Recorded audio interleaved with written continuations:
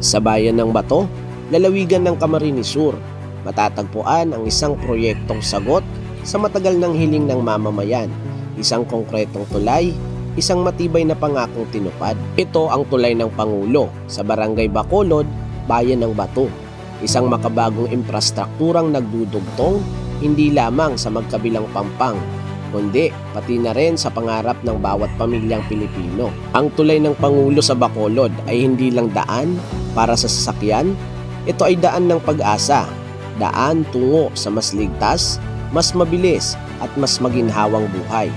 Tulay ng pagbabago, tulay ng kinabukasan, tulay ng Pangulo sa puso ng Bato, Camarines Sur.